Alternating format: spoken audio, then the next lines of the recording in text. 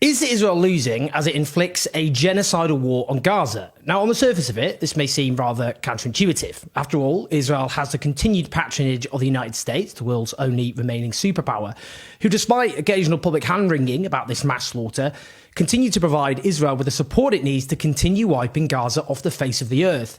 In recent days, they authorised billions of dollars in bombs and fighter jets, including 2,000-pound bombs, which have been repeatedly used to kill large numbers of innocent Palestinians in one go. That's despite knowing Israel plans an assault on Rafah, where a majority of Gaza's population has been driven to, where even when they supposedly oppose such an onslaught, but they hand over the weapons to make it possible. So an article in the Jerusalem Post about comments made on Israeli radio by former IDF Major General Israel Ziv is rather instructive, to say the least. He says, Hamas's military capabilities have indeed been damaged, undoubtedly eliminated by the IDF, but they still have thousands of terrorists.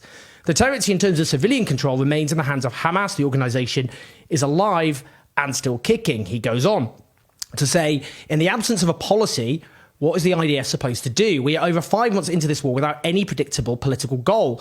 Let's say we stayed until now. What is next? Even if we stayed and declared that we were occupying, we would become the new government in Gaza. Israel would need to establish civil, police and security systems and take care of the various services. What happened to us is not just a Hamas situation.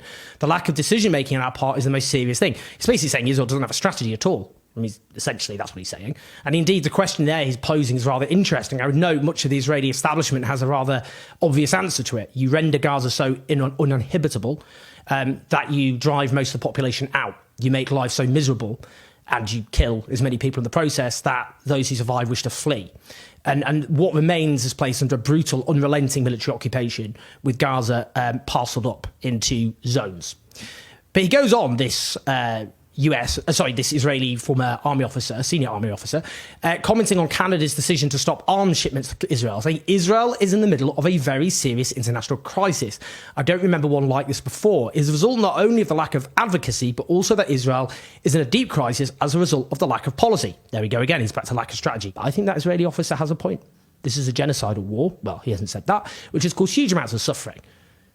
But it also may prove a catastrophic strategic mistake for the Israeli state. And it clearly hasn't thought that through.